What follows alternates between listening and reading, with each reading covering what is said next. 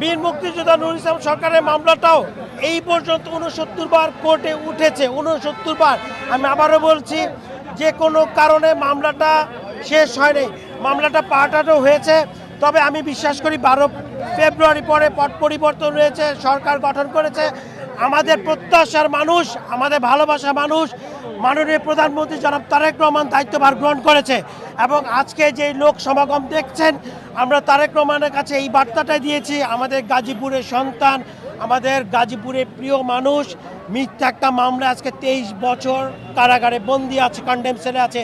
তারেক রহমানের কাছে আমরা এই বার্তাটাই দিতে চেয়েছি যে আপনি অন্তত পক্ষে আপনারই কর্মী, আপনারই কাজ করেছে, আপনার দলের জন্য কাজ করেছে, বিএনপি করতে যে আজকে 23 বছর জেলখানে বন্দি আছে, আপনি দয়া করে বিষয়টা বিবেচনা করবেন।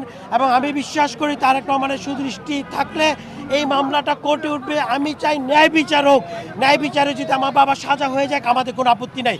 কিন্তু আমি যতটুকু জানি গাজীপুরে মানুষ বিশ্বাস করে নুরুল ইসলাম সরকারের হত্যা মামলার সাথে জড়িত না। মামলাটা যদি উঠে, মামলাটা যদি কোর্টে শুনানি শুরু হয়, আমি বিশ্বাস করি আপনাদের দোয়ায়, আপনাদের সহযোগিতায় নুরুল ইসলাম সরকার অচিরেই বের।